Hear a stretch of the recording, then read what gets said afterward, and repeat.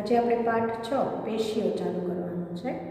તમે પેશીઓ વિશે પહેલાં ભણીને જ આવ્યા છો કે બહુકોષી સજીવો હોય એમાં જુદા જુદા કાર્ય કરવા માટે કોષોનો સમૂહ વિશિષ્ટ આકાર રચના પ્રાપ્ત કરે અને એ કાર્ય કરવા માટે સક્ષમ બને, એ સમૂહને પેશી કહેવાય। આપણે 5મા પાઠમાં પણ જોયું હતું કે બહુકોષી પ્રાણીઓમાં શ્રમ વિભાજન જોવા મળે અને એટલે તો કે જુદા જુદા કાર્ય કરવા માટે જુદી જુદી રચના ધરાવતા કોષોનો સમૂહ જોડાયેલો હોય જેને પેશી કહેવાય। તો આમ પેશી વિશે તો તમને ખબર જ છે, પરંતુ એના પ્રકારો પ્રાણીઓમાં પેશી કેવી હોય, વનસ્પતિમાં પેશી કેવી હોય, એ બધા કોષોના આકાર વિશિષ્ટ રચના કેવી રીતની હોય એ આપણે એમના ભણવાનું છે। સૌથી પહેલાં તો આપણે ખાસ ઉદાહરણ લઈએ કે દાખલા કે વનસ્પતિ હોય તો મૂળે જે પાણી શોષવું છે એને પર્ણ સુધી પહોંચાડવું હોય તો વિશિષ્ટ રચના જોઈએ, એક કોષમાંથી બીજા, બીજા કોષમાંથી ત્રીજા, એમ જો ઉપર ચડે તો ઘણો બધો સમય લાગી જાય। એ જ રીતે મનુષ્યમાં ઓક્સિજન વાયુ હવામાંથી નાક દ્વારા ફેફસામાં પ્રવેશે અને ત્યાં ઓક્સિજન લેવાય, કાર્બન ડાયોક્સાઇડ વાયુ બહાર કાઢે, આ આખી પ્રક્રિયા કરવા માટે પણ જુદી જુદી પેશીઓ એમાં ભાગ લેતી હોય। આપણે હલનચલન કરવું હોય તો આપણા સ્નાયુઓ સંકોચન અને શિથિલન દ્વારા હલનચલન શક્ય બનાવે છે। એટલે આમ મનુષ્યની અંદર સ્નાયુ પેશી, ચેતાપેશી, કંકાલ પેશી એમ જેમ પેશીઓ આવેલી છે એમ વનસ્પતિની અંદર પણ જુદી જુદી પેશીઓ આવેલી છે। જુદા જુદા કાર્યો કરવા માટે જુદા જુદા કોષોની જરૂર પડવાની જ છે અને એ કોષો એ કાર્યને અનુરૂપ રચના પ્રાપ્ત કરતા હોય, આકાર પ્રાપ્ત કરતા હોય, એટલે મૂળભૂત કોષ કરતાં એ થોડાક અલગ પડતા હોય। તો આજે આપણે એવી પેશીઓ વિશે અભ્યાસ કરવાનો છે અને એ સાથે આપણે સમજીએ કે શું વનસ્પતિ પેશી અને પ્રાણી પેશી છે સમાન હોય?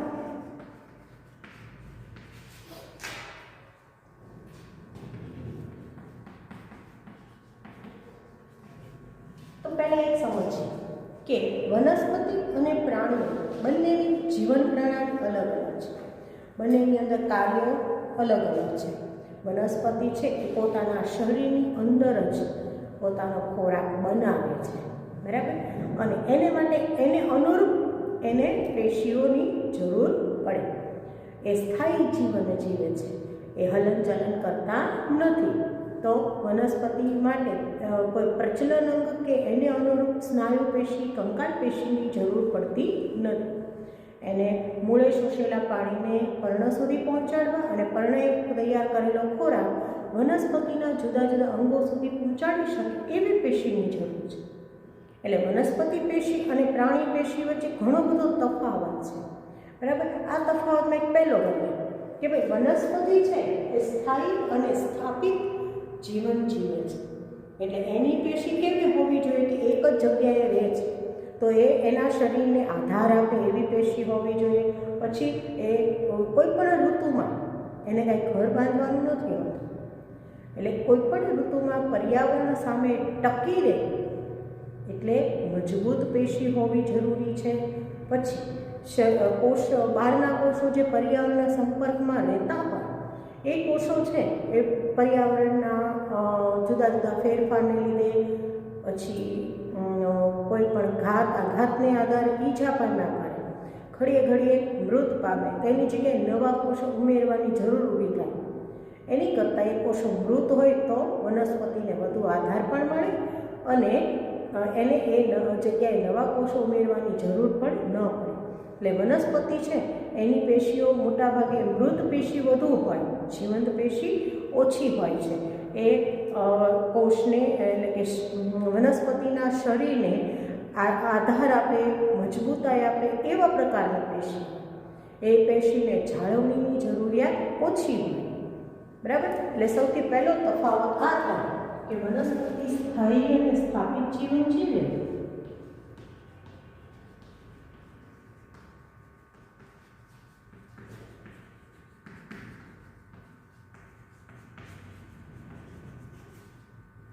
તેની પેશીઓ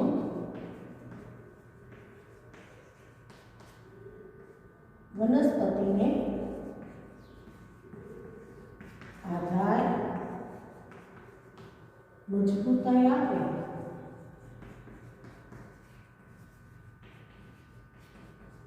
તેવી હોય છે, બરાબર.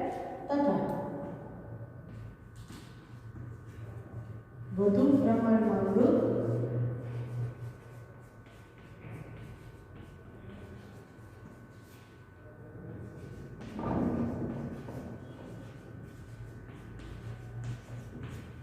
જ્યારે પ્રાણીઓ છે એને પ્રજનન કરવાનું હોય, ખોરાક ગ્રહણ અને શિકાર માટે એને એક સ્થાનેથી બીજા સ્થાને જવાનું હોય તો એના માટે એની બધી પેશી છે કેવી હોવી જોઈએ? તો કે એને વધુ ઉર્જાની જરૂર પડે છે, એટલે એની જાળવણીની જરૂર વધુ પડે છે, બરાબર. એટલે આ હલનચલન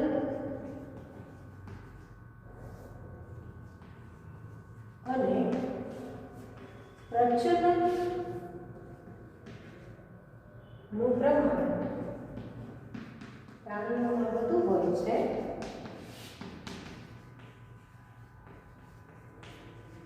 વળી પ્રાણીઓ છે એટલે ઉર્જાની જરૂરિયાત પણ વધુ, એટલે આ માટે ઉર્જાની જરૂર પડે.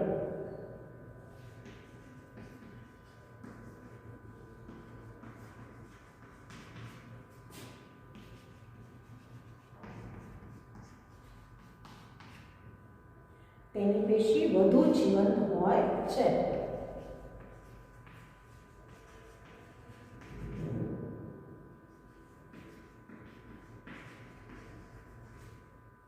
અને મૃત પેશીનું પ્રમાણ ઓછું.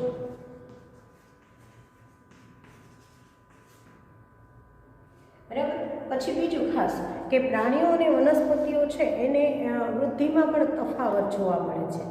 કે વનસ્પતિ છે એ અમુક અંગો કે ઊંચાઈ પ્રાપ્ત કરી લે પછી એને વૃદ્ધિ છે અમુક ક્ષેત્ર પૂરતી સીમિત થઈ જાય, પછી એનો પ્રકાંડ જ વધ્યા કરે, નીચે મૂળ વધ્યા કરે, બધા અંગોમાં વધારો થતો જોવા મળતો નથી.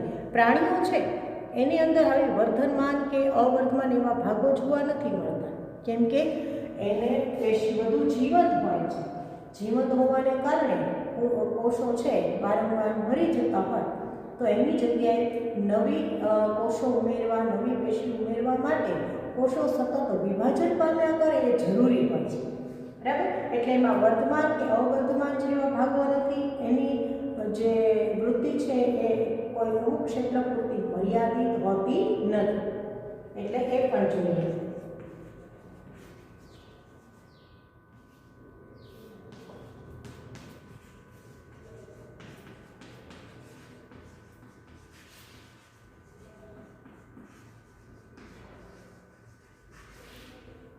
તેથી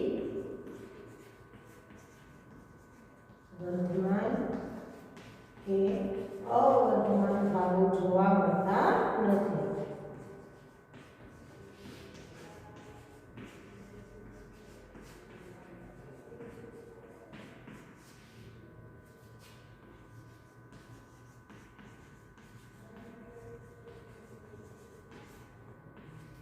જ્યારે આમાં તો કે વૃદ્ધિ મર્યાદિત હોય છે.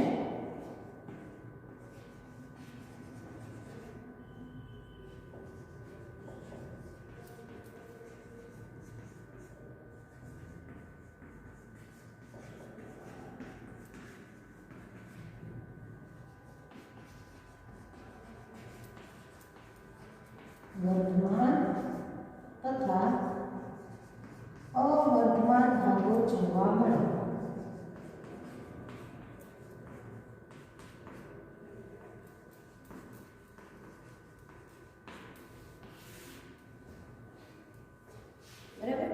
એટલે વનસ્પતિ અને પ્રાણીઓ વચ્ચે એટલો બધો તફાવત હોય એનું મુખ્ય કારણ ઘણું બધું છે.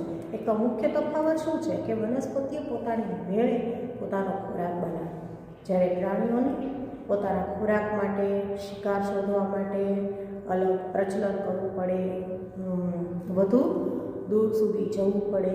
પછી પ્રજનન માટે પણ વનસ્પતિના પુષ્પમાં પ્રજનન પ્રક્રિયા થાય, જ્યારે પ્રાણીઓને પ્રજનન માટે પણ પ્રચલનની જરૂર પડે. એમ ગમે ઉર્જાની જરૂરિયાત વધુ હોવાથી એની પેશીઓ બધી જીવંત અને ઝડપથી મરી જાય એવી હોય, એટલે એની જગ્યાએ નવા કોષો ઝડપથી ઉમેરવાની જરૂર પડે, એટલે એ સતત વિભાજનશીલ પેશી ધરાવે. એના કોષો છે એ સતત વિભાજન પામે અને નવા કોષો ઉમેર્યા કરે. આની અંદર એવું નથી. આની અંદર જે વૃદ્ધિના ક્ષેત્રો મર્યાદિત હોય, કેમ કે એને એક જગ્યાએ સ્થાયી અને સ્થાપિત જીવન જીવવાનું છે. એને પ્રજનન માટે કે ખોરાક ગ્રહણ માટે અથવા તો શિકાર કરવા જવાની જરૂર નથી, એટલે એને ઉર્જાની જરૂરિયાત ઓછી પડે છે. એક જગ્યાએ મજબૂતાઈ અને આધાર આપે એવી પેશીઓની આવશ્યકતા વધુ હોય છે. એના અમુક ભાગો છે એ વર્ધમાન નવા કોષો ઉમેર્યા કરે વૃદ્ધિ માટે સાથે સંકળાયેલા રહે, પણ બધા ભાગ વૃદ્ધિ સાથે સંકળાયેલા હોતા નથી. એટલે એના કોષો છે એમાં કેટલીક પેશી છે એ વર્ધમાન ભાગો ધરાવે છે, જ્યારે કેટલીક પેશી અવર્ધમાન ભાગો ધરાવે છે એમ કહેવું. એટલે આપણે જોયું કે વનસ્પતિ પેશી અને પ્રાણી પેશીઓ વચ્ચે ઘણું બધું તફાવત છે. પેશીની વ્યાખ્યા તો બંને માટે સીમિત જ છે કે એક નિશ્ચિત કાર્ય માટે એક નિશ્ચિત સ્થાનમાં વિશિષ્ટ કોષોના સમૂહને પેશી કહે છે. નિશ્ચિત કાર્ય માટે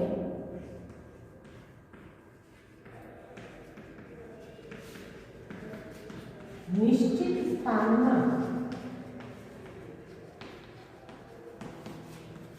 એકત્ર થયેલા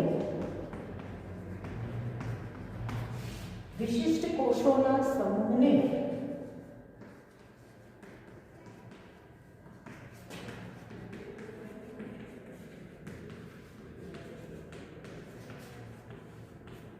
વનસ્પતિ સમૂહને પેશી કહે છે.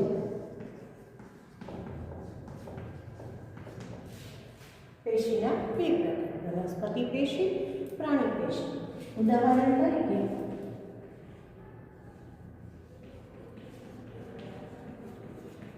વનસ્પતિમાં જનવાહક પેશી, અન્નવાહક પેશી.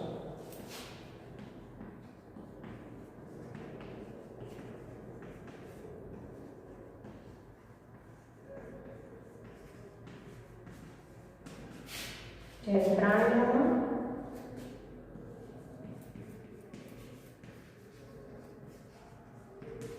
તો સ્નાયુ પેશી, ચેતાપેશી,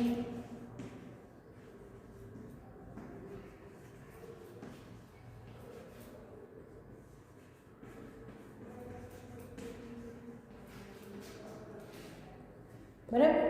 એટલે વનસ્પતિ અને પ્રાણીઓ બંનેની અંદર પેશીઓ જોવા મળે છે. બંને પેશીઓ વચ્ચે થોડી ઘણી તફાવત જોવા મળે છે, થોડી ઘણી સામ્યતા જોવા મળે છે. વનસ્પતિ પેશી અને પ્રાણી પેશીના ઉદાહરણ પણ એક બે આપી અને તમારી વ્યાખ્યા સાથે ઉદાહરણ આપો એવો સવાલ પૂછાય તો લખવો પડે. બરાબર. હવે ખાસ તો વનસ્પતિની તુલનામાં પ્રાણીઓ છે એનું શરીર જટિલ હોય છે. આપણે આગળ પણ વાત કરી કે બંને સજીવોની જીવન પ્રણાલી છે એમાં બહુ મોટો તફાવત જોવા મળે છે. આ વનસ્પતિઓ અને પ્રાણીઓની અંદર જે પેશી છે એમાં પણ શા માટે તફાવત જોવા મળે છે એની માટે બંનેની જીવન પ્રણાલીને સમજવી પડે. બરાબર. એટલે ખાસ યાદ રાખવાનું કે વનસ્પતિ પેશી અને પ્રાણી પેશીમાં શું તફાવત જોવા મળે છે એવું પૂછાય તો તમારે એ સવાલ 2 માર્કમાં છે પૂછાય છે. તો એ આપણે આગળ જે તફાવત મુદ્દા લખ્યા ને વનસ્પતિ પેશીનું વર્ગીકરણ. બરાબર. તમારે વર્ગીકરણ આપ્યું નથી પણ આપણે ખરેખર વનસ્પતિ પેશી ભણવાની છે અને ખ્યાલ આવે અને વનસ્પતિ વર્ગીકરણ પૂછે પાછો સ્વાધ્યાયમાં એક એવો સવાલ આવ્યો છે તો આપણે એ પણ જોઈએ કે વનસ્પતિની પેશીની અંદર હમણાં આપણે વાત કરીએ કે કેટલીક વર્ધમાન ક્ષેત્રો હોય છે અને કેટલાક અવર્ધમાન ક્ષેત્ર હોય છે.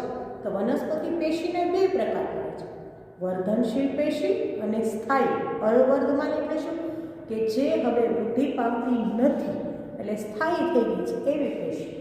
તો વનસ્પતિ પેશીના 2 પ્રકાર મુખ્ય પડે છે: વર્ધનશીલ પેશી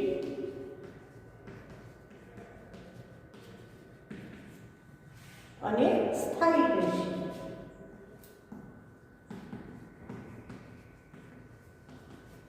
વર્ધનશીલ પેશી એના સ્થાનના આધારે 3 પ્રકારમાં વહેંચાયેલી છે.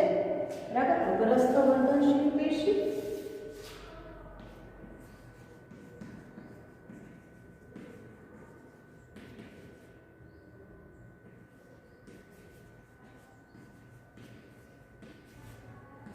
આંતરવિષ્ટ વર્ધનશીલ પેશી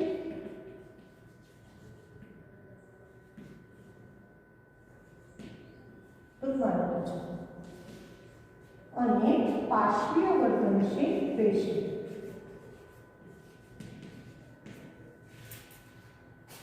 જ્યારે સ્થાયી પેશી છે એના બે પ્રકાર છે, સરળ સ્થાયી પેશી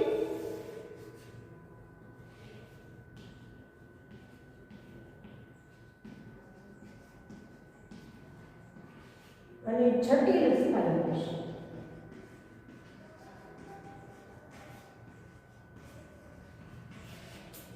સરળ સ્થાયી પેશી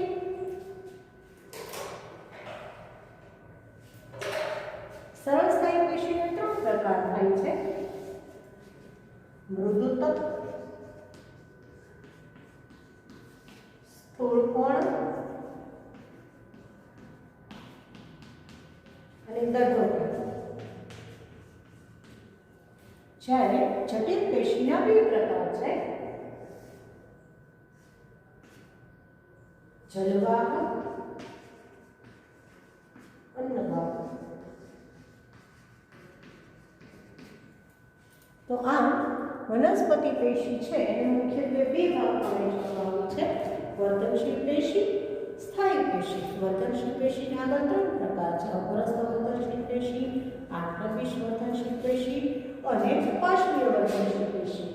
સ્થાયી પેશીના બે પ્રકાર છે, સરળ સ્થાયી પેશી, જટિલ સ્થાયી પેશી. સરળ એટલે એક જ પ્રકારના કોષો ધરાવતી હોય તો એ સરળ છે. એમાં ત્રણ પ્રકારની પેશી આવે છે, મૃદુતક, સ્થૂળ કોણ અને દઢોતક. જ્યારે જટિલ પેશી એટલે બે કે તેથી વધુ પ્રકારના કોષો છે, અલગ અલગ કોષો ભેગા મળી અને પેશીનું નિર્માણ કરે છે. તો એવી બે છે, અન્નવાહક અને જલવાહક. તો વર્ગીકરણની અંદર તમારે પેશી પાના નંબર 69 એની ઉપર બે સવાલ આપ્યા છે, પેશી એટલે શું અને બહુકોષીય સજીવોમાં પેશીની ઉપયોગિતા શું છે.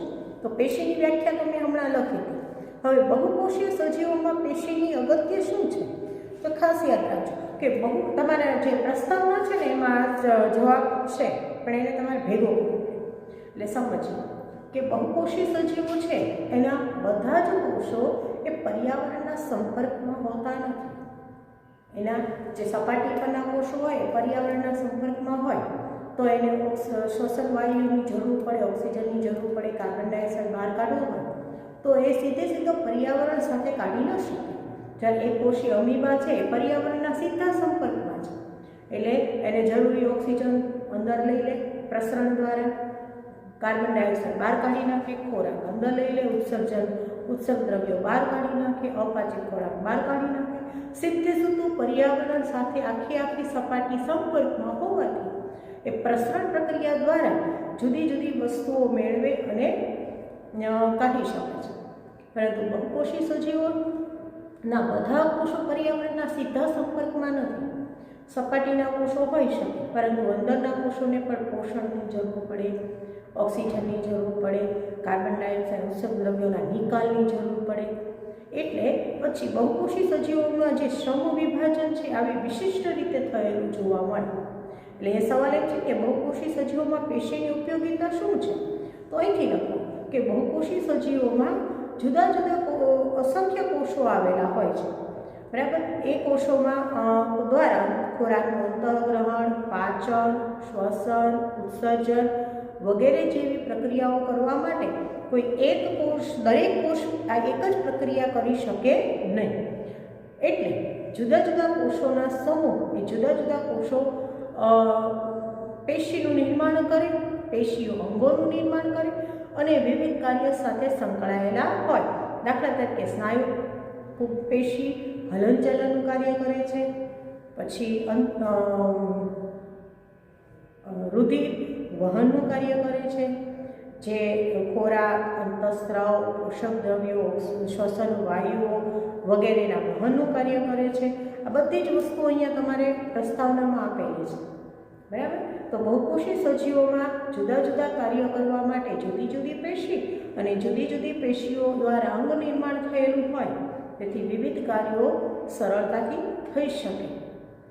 માટે પેશીની ખૂબ જ ઉપયોગિતા હોય છે. સારું, હવે લીલી ડુંગળી હોય એટલે ઝડપથી ઉગી પણ છે, આપણે સરળતાથી થાય. તમે 2 ગ્લાસ કાચના ગ્લાસ લો, જેની ઉપર ડુંગળી આવી શકે એવી મોટી ડુંગળી લો, કાચના ગ્લાસનું મોઢું નાનું એવું લો, કંઈક એડજસ્ટ કરી અને લો. પછી એ બંનેની અંદર તમે આવી રીતે ડુંગળી જે તમે ફોટો મૂક્યો છે ને એવી રીતે ડુંગળીના 2 કંદ લઈ એની ઉપર મૂકી દો.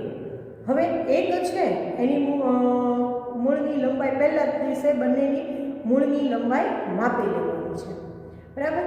હવે જે 4 દિવસ થાય એટલે એક ડુંગળી લઈ એના મૂળની 1 સેન્ટીમીટર જેટલી લંબાઈ કાપી નાખવાની છે. પછી વળી પાછું બંનેનું નિરીક્ષણ કરવાનું છે. તો તમે જોશો કે બંને જે તમે એકના મૂળ કાપી નાખો છો તો એ મૂળ પણ થોડા દિવસ પછી પાછા પહેલી ડુંગળી જેટલી લંબાઈ પ્રાપ્ત કરી લે છે. કાપી નાખ્યા પછી પણ એ કોષો વધી અને પહેલી ડુંગળી શું જેમ પાણી આ વર્તનશીલ પેશીની વ્યાખ્યા છે, લખી લેજો.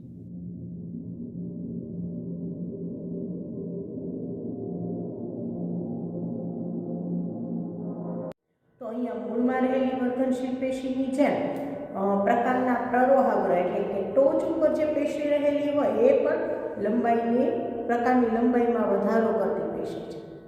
અને મૂળમાં રહેલી એ પણ પ્રકારની મૂળની લંબાઈમાં વધારો કરતી પેશી. એટલે વનસ્પતિમાં લંબાઈ એ પ્રાથમિક વૃદ્ધિ કહેવાય. તો પ્રાથમિક વૃદ્ધિ સાથે સંકળાયેલી અથવા લંબાઈની દિશામાં સંકળાયેલી વર્ધનશીલ પેશીને કહેવાય અગ્રસ વર્ધનશીલ પેશી. આની સાથે મેં તમને એના ઉપયોગો અને સ્થાન લખ્યા.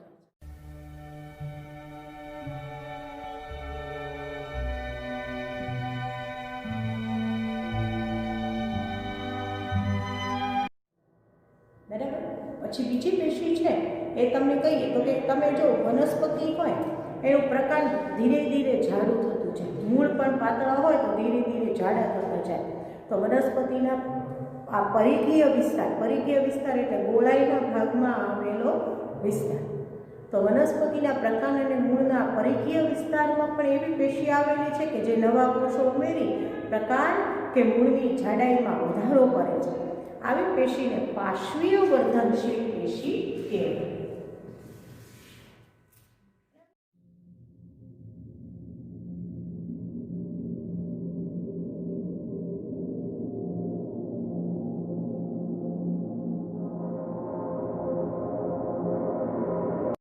પછી કોઈ પણ ઘાસ હોય તો એના જે તલ પ્રદેશ હોય, પછી કોઈ પણ છોડ લો તો એ પર્ણ જ્યાં જોડાયેલું પ્રકાંડ સાથે, આ પ્રકાંડની સાથે આ પર્ણ જ્યાં જોડાયેલું હોય એ ભાગ છે ને એક સહેજ ગાંઠ જેવું હોય, એને આંતરગાંઠ કહેવાય. ત્યાંથી ઘણી વખત નવા પાંદડા, નવી ડાળી ફૂટતી હોય તો આ નવી ડાળી કે નવા પાંદડાને ફૂટવા માટે ત્યાં પણ કોષો વિભાજનશીલતાનો ગુણ ધરાવતા હોય. તો આવી રીતે આંતરગાંઠો અને આસપાસ જે પેશી આવેલી છે પર્ણના તલ પ્રદેશમાં કે ડાળીઓની આંતરગાંઠોની વચ્ચેના ભાગમાં જે પેશી આવેલી છે એને આંતરવિષ્ટ પેશી કહેવાય. લંબાઈની દિશામાં વૃદ્ધિ કરતી છે એ વર્ધનશીલ પેશી. જાડાઈની દિશામાં વૃદ્ધિ કરતી એટલે જાડાઈ વધવી એ દ્વિતીયક વૃદ્ધિ તરીકે ઓળખાય. તો વનસ્પતિમાં દ્વિતીયક વૃદ્ધિ માટે જવાબદાર પાર્શ્વીય વર્ધનશીલ પેશી છે, બરાબર. અને આ પેશી છે એ નવા પર્ણ, નવી ડાળીઓ ફૂટવા માટે જવાબદાર છે. તો આ 3 પેશીઓ છે વર્ધનશીલ પેશીના 3 પ્રકાર આપણે જોઈએ અને એની સાથે હું તમને એનું સ્થાન દર્શાવતો ફોટો અને વિગતો મૂકી છે પણ તમે જોઈ.